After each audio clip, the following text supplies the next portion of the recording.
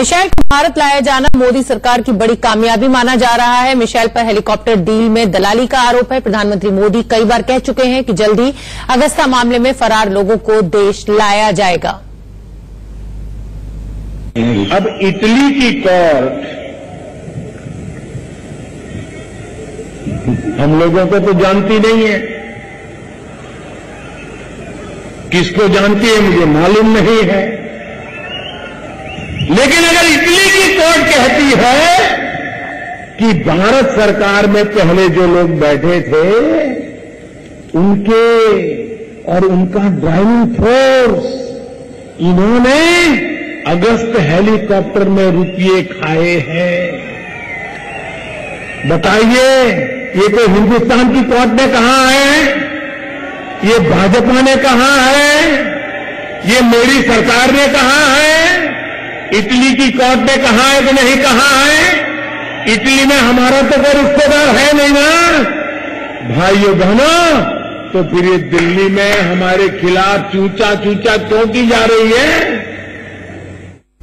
तो भारत के लिए एक बड़ी सफलता माना जा सकता है। प्रधानमंत्री नरेंद्र मोदी को भी आपने सुना अभी, और उनका भी साफ कहना था कि क्रिस्टियानो मिशेल को तो लाया ही जाएगा और ये जो डील यूपीए के टाइम पे हुई थी इसको पूरी तरह से खोला जाएगा, क्योंकि आरोप यह है कि उस समय जो सरकारी मंत्री थे, जो अधिकारी थे, उन्होंने मिलकर इसमें रिश्वत ली। एक्स वायुसेना चीफ भी इसमें अरेस्ट हुए थे, वो भी किसी से छुपा हुआ नहीं है, और पूरा घोटाला जो है वो लगभग 3,600 करोड़ की ये डील थी और 260 करोड़ 10% आप कह सकते हैं 3,600 करोड़ की डील में कि ये रिश्वत दी गई। एसपी त्यागी को गिरफ्तार भी किया गया था इस पूरे मामले में, और सीबीआई के प्रवक्ता ने यह भी बताया कि इस अभियान का जो कूटनीतिक नाम था वो यूनिकॉर्न था, और अजीत डोभाल की देखरेख में ये पूरा जो प्रत्यर्पण था वो कराया गया। कई बार अजीत डोभाल दुबई भी गए, सुषमा स्वराज विदेश मंत्री इस समय दुबई में मौजूद है। तो बड़ी जीत मानी जा सकती है कि अगर कोई घोटाला हुआ है तो उसके तार हिंदुस्तान में किस किस से जुड़े हुए हैं। अब हो सकता है कि क्रिश्चियन मिशेल इस बात का कोई खुलासा करें, लेकिन क्रिश्चियन मिशेल हमेशा ये कहते रहे हैं कि उन्होंने किसी को रिश्वत नहीं दी है, भारत से उनके कोई कनेक्शन नहीं है, किसी मिनिस्टर ने उनको कोई रिश्वत नहीं दी है। एक मीडिया हाउस को उन्होंने दुबई में कुछ समय पहले इंटरव्यू भी दिया था, उसमें भी उन्होंने कहा था, उनकी वकील का यह दावा था कि उनके ऊपर लगातार सीबीआई ये दबाव बना रही है कि जिन लोगों से उनके तार जुड़े हुए हैं उनके नाम आए, लेकिन उनका साफ साफ कहना था कि कांग्रेस के किसी मंत्री से या किसी नेता से मेरे कोई तार नहीं जुड़े हुए हैं। तो अब ये जो बहुत उलझा हुआ मामला है, अब क्रिश्चियन मिशेल क्योंकि अब भारत आ चुके हैं और सीबीआई उनसे लगातार पूछताछ कर रही है कि विशेष अदालत में उनको पेश किया जाएगा, तो इंतजार है देश को कि क्या है ये घोटाला और किस किसने इस पूरे मामले में रिश्वत ली है।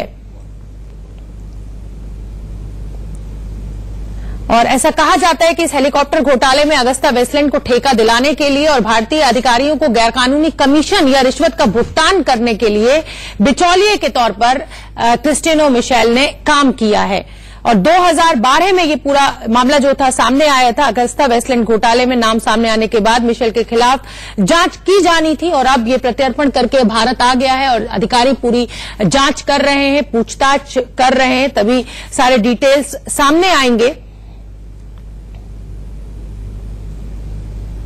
57 वर्षीय हैं मिशेल, दुबई में अपनी गिरफ्तारी के बाद से जेल में थे